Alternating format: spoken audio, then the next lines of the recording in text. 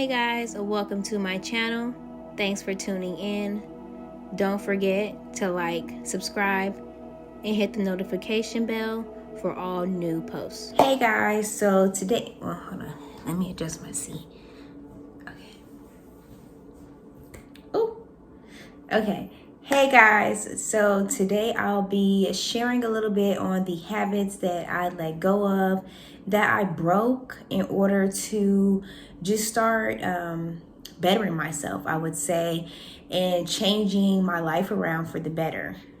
I feel like these habits hindered me a lot in the past from elevating and staying focused on a lot of things that I planned for myself and goals that I had set forth. So I'm going to share with you some of the habits I broke. I think it's a list of between 8 and 10. I'll get back with you on that. So it's actually 8 habits that I broke and let go of, just to give you the clarity of how many habits I'll be discussing in this video. So I wanted to start this video with saying that these habits are habits that I have let go of, that I am still battling. So these are habits that have not disappeared. I don't think anyone's habits disappear. I think that it's just acknowledging and knowing what they are and learning how to fight them and not do them. And the best way of doing that is having knowledge on them, understanding, and the reason why you were doing them, and how to change basically that habit. So number 1 would be tobacco products. Now, I started off with mouths. I've been smoking mouths since I was like 15 years old. If anybody don't know what mouths are, it's black and milds. And it's like a cigar, another form of a cigar, but like a tobacco version. I don't really know how to describe it. Just, I would smoke black and mild wines, wood tips, and I smoked them for years. Like I said, since 15. But it was more of a on and off kind of thing. And I really only smoked milds, like it coincided with drinking. Like, you know, after a long night of drinking, I'll smoke a mild. After I'll smoke a blunt. So it just kind of like lined up, you know, but what got me on the cigarette habit is I had spent some time incarcerated, and during my incarceration, most people smoked cigarettes, and it just became, one day I smoked a cigarette. I was so stressed, and I was just going through a lot being incarcerated. If anyone has ever been, they understand that type of stress, and and that just type of feeling of like losing your freedom. So I'm smoking cigarettes, and that's how that habit began. So when I got out of prison, basically I had picked up a vape habit because I really wanted to get off cigarettes. So I did stop smoking the cigarettes, but I was smoking the mouths.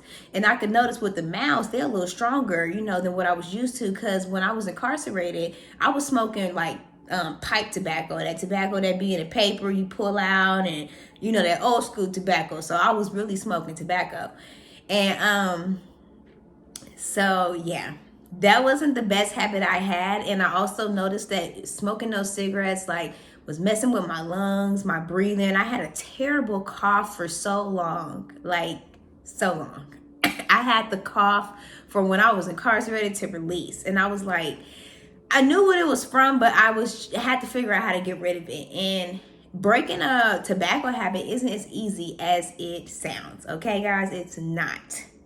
Literally, it's not. And that's why I kind of did that vaping and then edging myself off of it, because I knew like I wasn't going to do no patches. I'm not good at taking pills. Like, I will forget it. So I would just use the vape, and the vape was kind of like my way of getting off of it. And then eventually I just stopped buying the vape, and I haven't really had a craving for it. Actually, I think that was more of a the black and milds was more of a time when I was drinking, so that coincided with each other. And then the cigarettes was more of a time when I was incarcerated, so it kind of linked together. So everything that I was doing, every habit had a link to the situation I was going through, should I say. That's basically how I broke that habit. I just literally quit. You know, like, I never really had a craving. Sometimes I would think about it, but I just quit. You know, after I started seeing like that cough go away and like my voice starting to sound better, I'm not having like that, raspy voice. Like, you ever seen that commercial with the lady with the thing in her throat? I felt like I was sounding like her. So, and then also that commercial was scaring me because cancer does run in my family, as well as my mother did pass from lung cancer. So I always vowed not to smoke cigarettes, but I don't even know. Peer pressure came in, stress came in, life came in, and I didn't feel like I had no options. I needed some type of release, and that was kind of how I got it. So is one of my main habits. It was drinking. So a lot of people wonder what was the incarceration for. It was for drinking. I had a serious issue with drinking. I had been drinking for a long time. Like I said, it coincided with the black and milds. I had started drinking alcohol when I was 15, and been drinking for a long time ever since. And I think throughout life, when I had like a lot of trauma, the drinking started to become like how I coped. But I also had the consequences and the cons of, being a functioning alcoholic, which is basically what I was mainly the big habit that led me to a lot of destructiveness in my life, and actually brought in a lot of bad people, bad scenarios, bad situations, and it all tied into once I picked up that bottle. So I had to let that go. I knew I had to let that go during my incarceration, because I had to open my eyes and take a look around and realize this is how I got here. And once I came to that realization, I never had the craving for drinking again. Because if anyone's been incarcerated, if you really pay attention to what's going on and what's surrounding you, and really how we're treated as inmates, you would never want to be in that situation again. So to me, drinking never came to my mind no more, because I knew where it can lead. And I saw it, and I saw how we were treated as women inmates. I went through a lot of experiences being incarcerated, and I looked around and I told myself, I'm never going to come here again. And if drinking is what had to be stopped, it had to be stopped. And I prayed on it for so long, like so many years. I always knew I had a problem with drinking. I just never knew how to really stop it. And no matter who I seeked, it didn't help. So it just every year I prayed. And it felt like I never got no answers. And then boom, I wake up in jail, and maybe that was the answer. But that's a whole nother story. That's a battle within itself that I'm still going through and still learning and still healing from. But that was a major habit for me that I have to cut out, because it destroyed me. As you can see from the experience I got from drinking, it destroyed me. Third habit I had, which coincided with drinking, clubs. I was a really big party girl, and I was a party girl for a lot of years. And I partied in a lot of places, a lot of cities. I just stayed outside. And I was running from some things, and I had to deal with that along my journey of healing. But when it comes to the clubbing and the partying, it was just how I released. Because I had so much that had happened to me through my life and through just my journey. And I never really talked about it to people. I never, opened up at all, ever. So drinking was my way of release, and partying was my way of release, because that was a side that wasn't me. So I can step out of that element and become something that I'm not, because where I was when I wasn't drinking, I wasn't happy with. I had a lot of trauma. And that's really what it was. I had a lot of trauma, and I didn't really have the best childhood, to me. Dealing with abandonment from parents is what I suffered from, and rejection from parents, and I had it from both my parents, because I wasn't raised by neither one. So, but that's what caused me to have the drinking and the clubbing, because it was just a stress reliever. Like, I knew in my mind, like, I'm not getting none out of this. Like, there's no man in this club I want to marry. I always knew, like, this lifestyle was not going to last long. I would always tell myself, like, this is just my 20s. You know, I'm going to live my 20s out because I got a lot going on. And I don't know how to deal with it but this. I have to break that habit because I knew moving forward, if I'm looking to build a better future and really advance myself and elevate, especially getting into the line of business, I had to start dealing with those issues that I suffered from, as well as letting go that club and drinking habit, because you literally cannot heal in a club. I don't care what you've been through. There's no healing in there because everyone in there is literally broken. And all they're doing is just putting all the negativity on you, putting all the issues on you, putting all the baggage on you. And even though you're not noticing it because you're drunk or, you know, you just don't care, it's really serious if you just spend your whole life in the club. And people need to really get out of there. Stepping away from that type of lifestyle, I just feel more clarity and at peace and one with myself. And that's what I've been searching for. All those times when I was running up in that club, I was trying to find me, and really I was stepping outside of me. So how could I find me stepping outside of me? But we're going to move past that. So anytime I did step out in the club, I had to drink because I'm not really social. I'm not a talker. I'm not a person that can just talk all day unless I have something really important to talk about. But to just be, you know, all that, I can't do that. Like, it's just not for me. Like, and all that, you know, just fake smiling and fake laughing.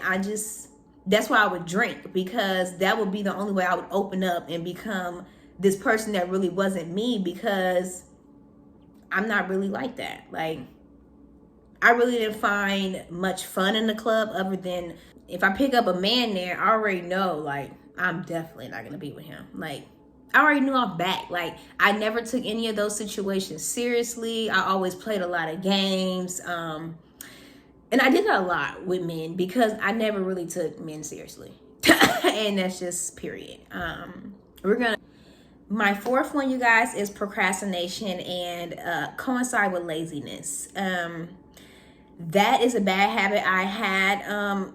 I'm more of a procrastinator because I put doubt in my head. So I'm the type where if there's a project that needs to be done, instead of me, you know, saying, okay, I got this, I'm gonna do it, I'm gonna start putting a negative, like, oh my God, this looks like a lot of work.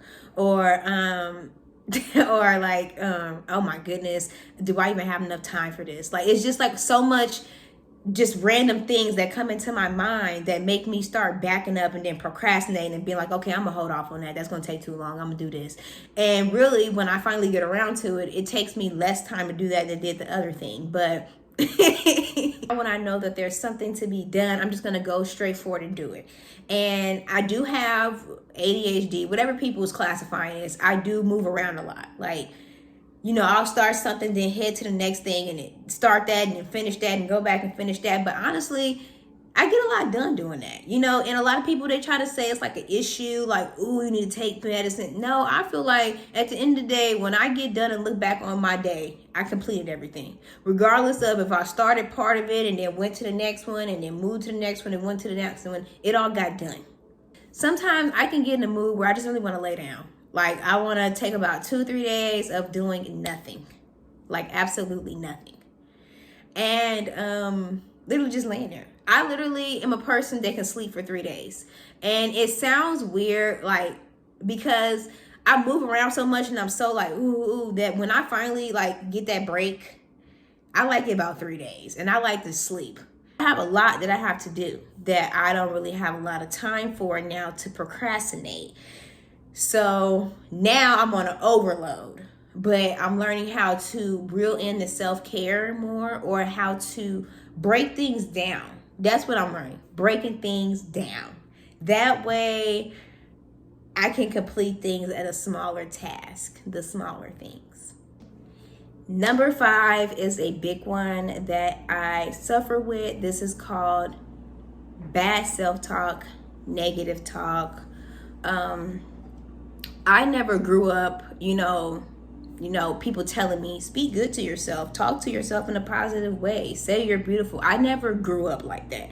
You know, my family's not really like that. You have a different family dynamic. And I was just never raised like that. So to learn to now start looking in the mirror and saying you're beautiful, or this is a nice picture, or you look cute, that is what I'm learning. Because typically when I look at a picture, I'm like, oh my God, my stomach look big.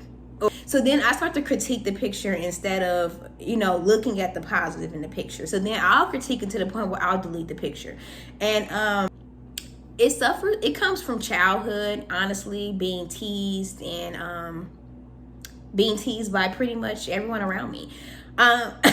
So having that type of scenario, I never really had a lot of confidence in myself and confidence in like the beauty I have. I never really saw what people saw. Many years of people telling me I'm beautiful, and it just never like clicked, like a ding. And now the ding is here, and it's feeling good. It's feeling free, it just feels good. And I listen to these positive affirmations. I know that there's people out in the world who believe in this, who believes in speaking to their self positive, who believes in affirmations, who believe in loving themselves and, loving yourself first. And now that I know that there are people that, believe in that, it makes it easier for me to have those self-talk conversations and know that I'm worthy and speak to myself positively and know that, it's my time to shine. And it just took a long time for me to get there. And that was a lot of things that I struggle with, that I still struggle with now. I'm not going to say like Miss Confident, but I'm getting better with it. I started to reel in on myself. Instead of looking out, I'm looking in. And that's how I kind of start looking at things. That's why I start buying so many mirrors in my house. And that's why I unfollowed so many people. I turned off all my notifications on everything because I had to reel in on me. And if I'm always looking outside and looking at my phone or looking at somebody else, then I'm not going to ever be able to talk to myself positively. Positive self-talk, self-honoring, self-love, and knowing that you are worthy and that you are beautiful regardless of society thinks. So I'm going to let 6 and 7 coincide with each other, you guys. I'm going to say gossiping and listening to other people are two different things, but they also coincide with each other. And that is a habit that I have that I think most people have, that they're in denial about. People can say to this day, they don't gossip about nobody. They don't care about nobody's business. But as soon as you say, hey, look what happened, what? Ear straight to the phone, period. And it's life because so many people are interested in others, and that's normal, but you're not supposed to be interested in normal people's downfalls, basically. And I noticed that that's what gossiping entails, is listening to people's downfalls, negative thoughts of people, negative opinions. So when I started paying attention to that, by listening to the people that I was talking to, I started noticing like, okay, this person's on the phone with me for hours constantly saying negative things. This person's on the phone with me for hours constantly belittling me, making sly comments. This person is, constantly on the phone with me talking about somebody else that's supposed to be her close friend. Now it gets me to start thinking, are they talking about me? And before I never thought about it like that. Before I'm just listening. And honestly, most of the time I really wasn't listening. It was just like right at the ear. But still, even though we think that we're not, it's going shroom, really some of that stuff gets embedded in there. And I had to really start being really cautious of what I'm putting in my ear, because now that I'm, renewing my mind and noticing that those were the things that were affecting me mentally, I don't want to hear it because I'm scared to hear it. I'm scared of what it would do to my mind again. Where would it take me? So I'm really cautious on what I listen to. Back to the gossiping, because I really want to go in a little bit further about what I mean by I was gossiping. I wasn't around, picking up people's issues and talking about them. I mean gossiping like I was indulging in other people's gossip. Like I was listening to people talk about other people. I was listening to people complain about their family members, their kids, their husbands. I was listening to a lot of complaints and nonsense. that really was hindering me from elevating and going somewhere. I was spending too much time on the phone talking to people who wasn't renewed in the mind. They talked about nonsense, literally, and it just wasn't getting me nowhere. And I started to realize I have to have these kind of conversations with people that's going to make me think different, like make me think about, I should have thought about that, or I should have did that, or, you know what I'm saying? And not like, oh, like, because that's all you get when you hear gossip is, oh, that's all I say, like, oh, okay, girl, but you hear it. And so yeah, you just have to really be tuned in and stop gossiping about people, because I was listening to, I don't know why, I be watching these little quotes, and I remember, I think this was Denzel Washington make this, that said that small-minded people talk about other people, and that really dawned on me, and it really made me feel some type of way, because I thought, dang, like, I'm not small-minded. But when you have to look at the detail of it, if you are spending your whole entire day talking about somebody, even if you go into the next person and the conversation changes, you are small-minded, because your mind hasn't elevated to think about something else. Like, there's something more important out here in the world other than somebody got beat up, or somebody got cheated on. So that's why I start thinking, that was a really good statement. Small-minded people to talk about other people. Anywho, next. So last but not least, I put down self-doubt and fear. This is common with a lot of people, and there are a lot of people now, pastors, are talking about fear and self-doubt. This is just something personal for me that I struggle with, that I want to touch base on. And I've had a lot of self-doubt and fear for years, because I have a lot that weighs against me when it comes into stepping into who I am and what I'm called to do. And it's just a lot weighing against me. And I have a lot of things that happen to me in my life that a lot of people can look at negatively, that will hinder me from the elevation that I'm trying to achieve. So I have a lot of self-doubt when it comes to moving forward and stepping into the essence of me and stepping into what I'm called to do. So every day I'm going through this battle of self-doubt and fear. And the way that I'm overcoming it is knowledge and, honestly, God. Although it is a battle, because self-doubt has been with me for a long time. And fear, man, I have so much fear, because I have so much trauma that has happened to me throughout my life, and so much experiences that have negative impact as well, that's built up so much fear that I have to get rid of. And that's what I've been working toward it by understanding fear and understanding the knowledge of how to overcome it and understanding what I'm in fear of. That's what has been helping me. Knowing my fear, knowing the things that I'm fearful of. And having that understanding has also taught me how to fix it. So that's what I've been working on when it comes to fear and self-doubt. I don't have like a psychological, step-by-step process, because it's still something that I'm overcoming. And these are habits that I had to let go of, not habits that are completely like gone, that I don't struggle with, that I don't every day have to take a step forward and fight. So I want you guys to understand that. People need to understand that habits don't disappear. They can be stopped, they can be let go of, but it's a constant battle to keep these habits away and not want to do these habits and not want to go back to what you're used to. And that's what I'm battling, okay? So thanks for watching this video, you guys. This was a little bit lengthy, but I really wanted to share the habits that I really did struggle with, in case you guys struggle with those too, and some of the things that I've done to overcome those, as well as the reasons why I did struggle with some of those things. And if you have any other questions, you guys can leave them in the comments. If you want me to do more videos in regards of this and, you know, my experience with a lot of these things, let me know and I will. And don't forget, you guys, to like and subscribe and hit the notification bell. That way you can be updated on all new videos. Have a great night.